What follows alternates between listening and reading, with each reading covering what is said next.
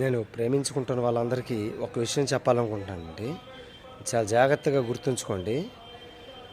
ప్రేమ అంటే బాధ్యత. అది కాలక్షేపం కాదు, ఎంటర్టైన్మెంట్, ఎంజాయ్మెంట్ అసలే కాదు, టైంపాస్ పని అసలే కాదండి.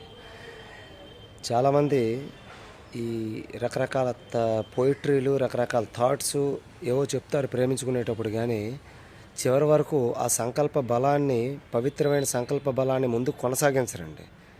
వదిలేస్తారు అంతా. ఏదో ఒకటి 2 రోజులు సాడ్గా ఫీల్ అయ్యి తర్వాత వదిలేసి మళ్ళీ కొత్తగా స్టార్ట్ చేస్తారు. చాలా తప్పండి అది. మనిషికి ఇతర జీవరాశులకు ఉన్న తేడా ఆ జ్ఞానం, ఆ సంస్కారమే తేడా.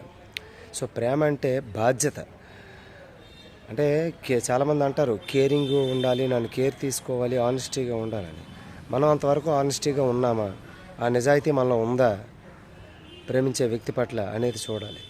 99% మంచి గుణాలు, గుడ్ క్యారెక్టర్ అనేది ఉన్నప్పుడు ఆ 1% లోపాలు ఉండడం సహజం. దాన్ని సరిదిద్దుకొని చక్కదిద్దుకొని ముందుకు వెళ్ళాలి. అలాగే కేరింగ్ అంటే చెప్పిన ప్రతిదానికి ఎస్ అనడం కేరింగ్ కాదండి.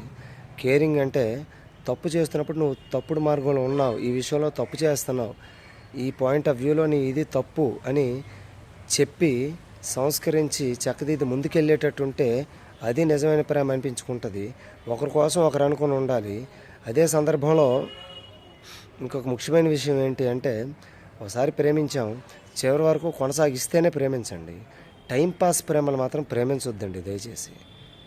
ప్రేమించిన వ్యక్తి కోసం ఉంటాం, లేదంటే చివరి వరకు ఈశ్వరా నీ కోసం తపస్సు చేసుకుంటాను, ఎందుకంటే ప్రేమించిన వ్యక్తిని కాదని వేరే వాళ్ళని నేను వివాహం చేసుకోలేను, నీకు అయితే ప్రేమించిన వ్యక్తితో కలిసి నీ పూజ చేస్తాను, లేదా ఒంటరిగానే ఈశ్వర నీ ధ్యానంలో గడిపేస్తాను, కానీ ప్రేమించిన వ్యక్తిని కాదని వేరే వాళ్ళని నేను చేసుకోను అనే దృఢ సంకల్ప బలం ఉంటేనే ప్రేమించండి.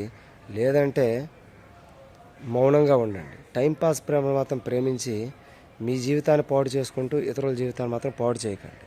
శ్రీమాత్రే నమః.